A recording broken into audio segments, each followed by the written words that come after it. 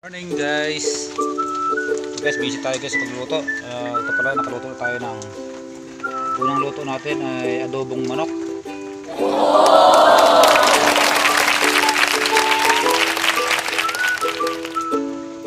Ito naman yung ating papaitan, kaya lang napukulan pa kasi matigas pa.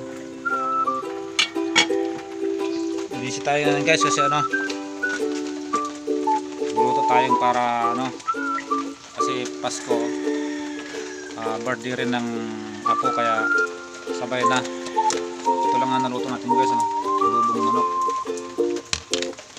Mamaya ng iba habang guys, maulan, kaya dito tayo ngayon sa kusina nakatambay, hindi sa guard house. Guys, maraming salamat guys.